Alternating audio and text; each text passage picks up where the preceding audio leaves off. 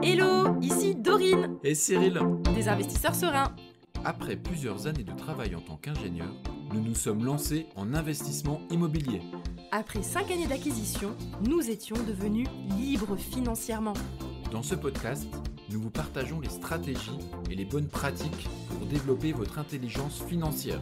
Dans le but non seulement d'être plus riche sur le papier, mais avant tout pour devenir plus libre et plus heureux.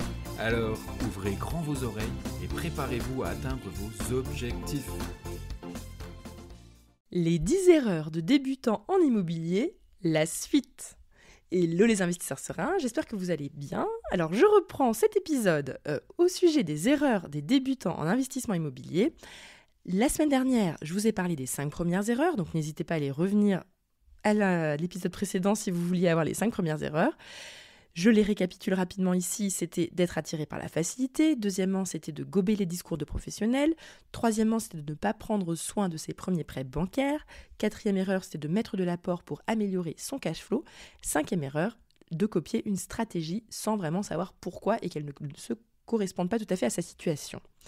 Donc ça, c'était les 5 premières erreurs. Et dans cet épisode, on va donc continuer avec les 5 prochaines erreurs. Je voulais être efficace, je voulais faire un épisode court, j'ai pas réussi parce que forcément je m'emporte sur certaines erreurs, mais continuons et allons-y. Alors, la 6e erreur, c'est de se mettre des barrières inutiles. Donc qu'est-ce que j'entends par barrières inutiles ? Moi, c'est les personnes qui viennent avec des idées arrêtées, en mode « Ah mais moi, de toute façon, je sais, moi ce que je veux faire, c'est un immeuble vide de rapport, à rénover entièrement, point, barre, terminé. » Ah non, mais moi, je sais, moi, hors de question que je fasse une colocation. Ah non, je déteste ça, les colocations. Ou ah non, la location courte durée, c'est pas pour moi. Bah, en fait, les gens comme ça qui arrivent avec des idées préconçues, moi, ça me fait sourire parce que je me dis, bah attends, on va voir, discutons 5 minutes. Les gens, des fois, ils se bloquent comme ça en mode ah non, mais ça, c'est sûr, c'est ça. Non, mais de toute façon, je vais faire une SCI, hein, ça, c'est sûr. Hein, j'en ai parlé avec mon comptable, c'est bon. En fait, ils ont déjà leur idée préconçue, ils sont pas du tout ouverts à ça. Bon, évidemment, moi, mon travail en général, quand ils font partie du club, c'est que voilà, on travaille les choses et souvent le projet évolue par rapport à ce qu'on trouve réellement dans la réalité, parce qu'il y a son imaginaire en mode ce sera comme si, et puis il y a la réalité qui fait que on va être pragmatique, on va avancer pas à pas et on va trouver des solutions. Donc ça, voilà. Mais ce que je veux juste vous dire, c'est que y a des personnes vraiment qui vont se mettre des barrières inutiles. Ils vont vraiment se mettre des barrières inutiles en mode ce sera comme ci, comme ça. Et quand j'observe ça, je me dis oulala, ça va être compliqué parce que t'as pas cette ouverture d'esprit, cette agilité d'esprit pour réussir à flairer les opportunités. Parce que dès que quelque chose ne rentre pas dans ce que tu avais préconçu au départ, du coup tu l'élimines. Mais oui, mais en fait, ça se trouve, tu es en train de rater des opportunités comme ça. Donc, essayez de juste prendre 5 minutes là et de réfléchir, ok, est-ce qu'il y a des choses que vous avez comme barrière dans votre tête, quoi ? Est-ce qu'il y a des choses comme ça en mode ah non, ça jamais, hein. Ah non, ça vraiment, surtout pas, hein. Ah ben non, ça je déteste, hein. Si jamais si ça vous parle et qu'il y a des choses qui vous viennent en tête, ok, accueillez-le et peut-être posez-vous la question, pourquoi ? Tu vois, et pourquoi vous pensez ça ? Ou faites au moins cette liste des barrières, juste en prendre conscience. Je dis pas qu'il faut les exploser forcément, parce qu'on peut avoir des stratégies préférées plus que d'autres, mais parfois, et je l'observe souvent, on peut être bloqué dans une stratégie. Moi, il y en a plein, hein, qui sont en mode « Ah non, pas de colocation ». Mais la colocation reste un outil hyper puissant pour atteindre de la rentabilité. Donc, à chaque fois, ça me fait rigoler les gens qui sont en mode « surtout pas de colocation ».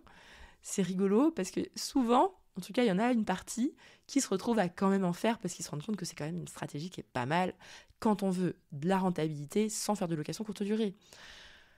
Voilà. Bon, en tout cas, j'ai cette petite exemple en tête. Il y a aussi les personnes qui veulent surtout des immeubles vides pour tout refaire à neuf et qui éliminent d'office tous les immeubles où il y a déjà des locataires à l'intérieur, alors que ça peut quand même être une possibilité. Pareil, ah non, je veux pas de local commercial en bas. Enfin, je sais pas, en fait, des idées arrêtées. Ou par exemple, ah ben non, si jamais le toit il est à refaire, surtout, ah non, je vais pas dessus. Je fais, oui, mais en fait, c'est qu'un toit à refaire. Donc, si tout va bien à part ça et qu'il y a que le toit, ouais, en fait, ouvre-toi.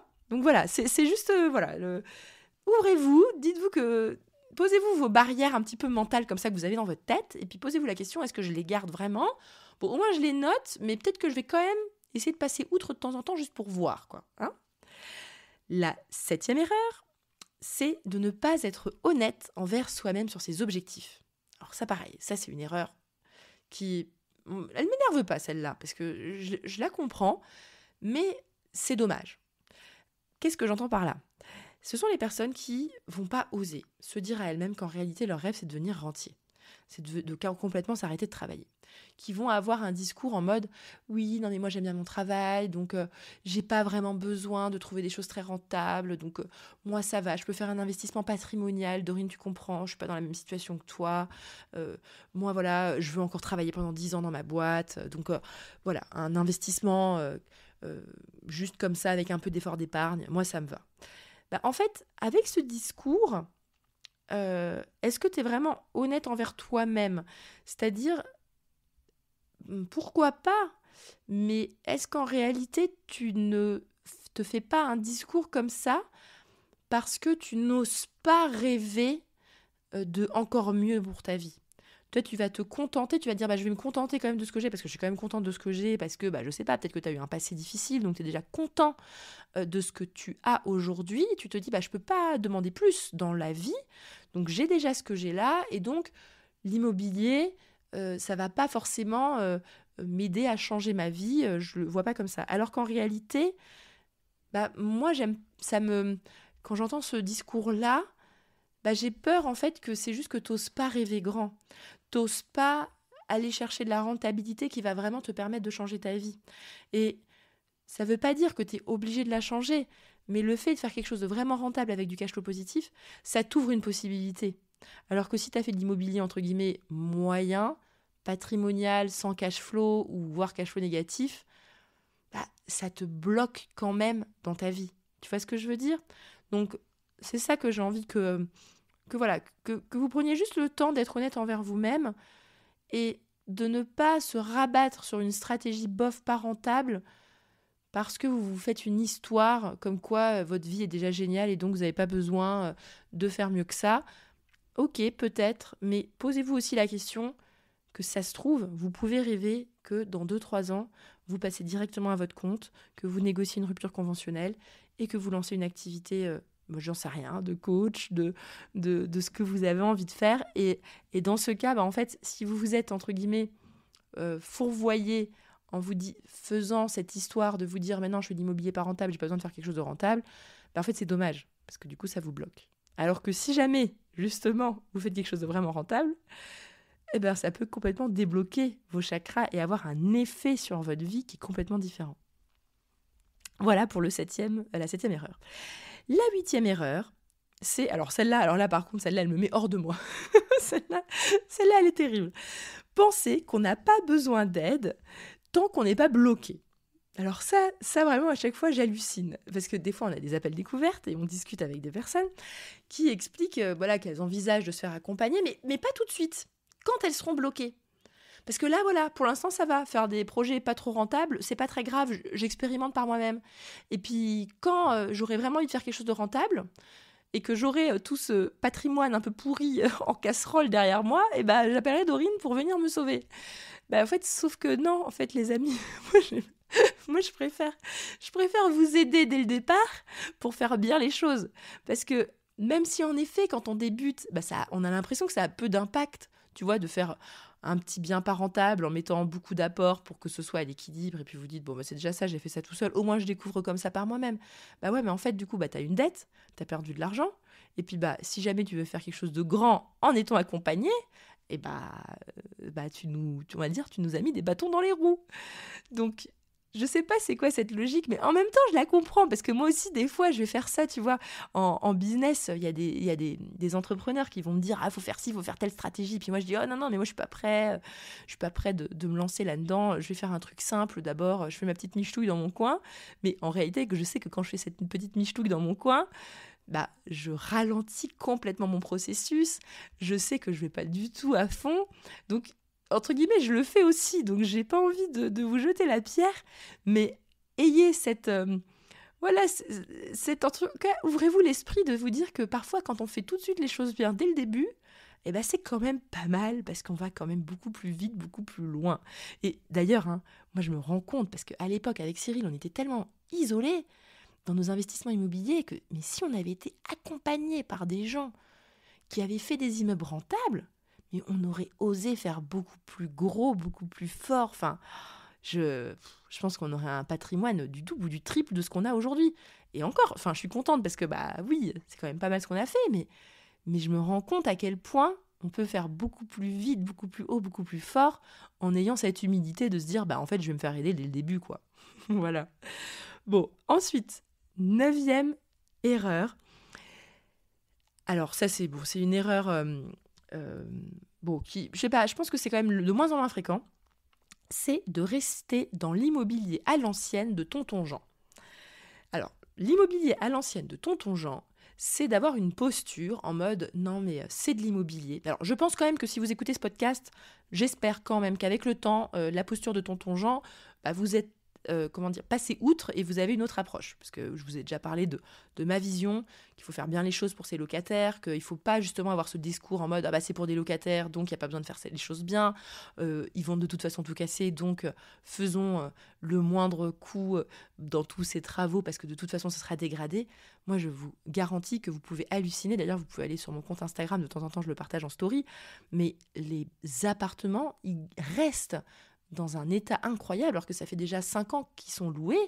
Mais en fait, non, ils sont encore toujours dans un super état, parce qu'on a une super politique de gestion locative. Donc moi, ce que j'ai envie, là, dans cette erreur que vous compreniez, c'est que les personnes qui restent dans l'immobilier à l'ancienne, comme tonton Jean, ce sont des personnes qui vont avoir une posture de « c'est des locataires, on ne fait pas les choses forcément très bien ». Et entre guillemets, on raisonne pas comme un businessman. Ok ? Pourquoi ? Parce que pour moi, un bon investisseur immobilier, il a ce côté homme-femme d'affaires. Ok ? Il a ce côté où mon locataire, en réalité, c'est mon client. Ok ? Donc, je dois raisonner en termes de besoins clients. Qu'est-ce qu'il a envie ? Comment est-ce que je fais pour le satisfaire ? Comment est-ce que je fais pour qu'il se sente bien ? Comment est-ce que je fais pour qu'il ait envie de rester ? Ok ? Il faut avoir cette posture-là, de se dire aussi, bah, peut-être que je vais investir un peu plus dans la déco, dans des matériaux de qualité, parce que je sais que comme ça, ma petite entreprise qui est mon appartement que je mets en location va durer plus longtemps, ça va être plus rentable. Les locataires, j'allais dire les clients, mais justement c'est un très bon lapsus, vont être contents et ça va bien se passer pour moi et on rentre dans une belle relation avec ces locataires et ça va bien marcher sur le long terme. Donc moi vraiment c'est ce que je vous recommande, c'est oublier les conseils de tonton Jean et mettez-vous vraiment dans une posture de homme-femme d'affaires, de chef d'entreprise qui a des clients et qui va faire les choses bien. Voilà. Et dernière erreur, bon, ça c'est une erreur qui est... on l'a fait tous, hein. Franchement, sauf si vous avez 18 ans, et là, bravo, hein, vous avez 18 ans, vous écoutez le podcast, franchement, je suis trop fière de vous. Ça veut dire que vous prenez les choses et vous passez à l'action directe, parce que franchement, t'as 18 ans, mais garantis qu'à 40 ans, t'es en retraite, hein. C'est impossible que tu te lances en immobilier à 18 ans et que tu sois pas en retraite à 40 ans, c'est juste pas possible. Et donc, vous avez deviné, c'est quoi cette 10e erreur ? C'est de perdre trop de temps avant de passer à l'action. Ok, avec Cyril, on a commencé l'immobilier, j'avais 27 ans et lui, il avait 31 ans. Bah ouais, mais en fait, on aurait pu commencer bien plus tôt. Mais bon, c'est pas grave. Déjà, c'est pas mal. Hein. Franchement, c'est pas mal. Hein. Parce que dans les gens qui nous contactent, il y en a qui sont plutôt à 35, 40, 45 ans. C'est pas trop tard. Mais évidemment que c'est mieux de commencer maintenant. Ok, bon, le passé, c'est le passé. On ne peut pas revenir dessus. Mais il faut avancer. Le temps joue en notre faveur. Donc, reporter son projet à dans 2 ans, 3 ans, 4 ans, 5 ans, ou je le ferai plus tard, quand, je sais pas quoi, toutes les étoiles seront alignées dans ma vie pour se lancer, en fait, vous perdez du temps. Et le temps, c'est la clé en investissement immobilier. Même si à chaque fois, ça me fait toujours un petit peu bizarre parce que sur mon application bancaire, je vois à chaque fois le crédit immobilier et il baisse au fur et à mesure du temps. Donc au fur et à mesure, je vois le pourcentage de remboursement de mes crédits. Et à chaque fois, je me dis, oh, c'est génial, bientôt, ce sera tout remboursé, tu vois. Je suis à 50% ou 40%, ou je sais plus, ça dépend des crédits. Mais en fait, je me dis, mais en fait, Dorine, te réjouis pas du temps qui passe. Plus le temps passe, ça veut dire que tu vieillis. Donc, tu vois, l'immobilier, en fait, il avance avec le temps. Il ne faut pas forcément se réjouir que le temps passe, parce que comme ça, tes crédits sont remboursés, parce que tu n'as pas envie de vieillir plus vite. Mais autant commencer tôt, et inéluctablement, l'immobilier, en fait, il va vous enrichir rien qu'en attendant que le temps passe. Et ça, c'est un truc de dingue. Donc, commencez le plus vite possible. Si, évidemment, vous sentez que ça patauge, que vous avez du mal à vous lancer, n'hésitez pas à prendre un appel avec Maxime. Donc Maxime, c'est la personne maintenant qui s'occupe de nos appels découvertes. Parce qu'avec Cyril, on se rend compte qu'on a plein d'idées pour faire évoluer le business. On adore parler avec notre audience, mais malheureusement, les appels découvertes nous prenaient beaucoup de temps. On préfère consacrer ce temps à améliorer nos contenus sur la plateforme, à améliorer notre accompagnement, à continuer à produire aussi des épisodes de podcast. Enfin bref, on a beaucoup de choses à faire. Donc maintenant, c'est Maxime qui prend les appels découvertes et vous allez voir, il est très sympa et il va voir avec vous si jamais l'accompagnement peut vous faire du bien ou pas par rapport à votre situation. Donc le lien, il est dans la description. N'hésitez pas à prendre rendez-vous avec lui. Sur ce, je vous souhaite à tous une excellente journée et à bientôt.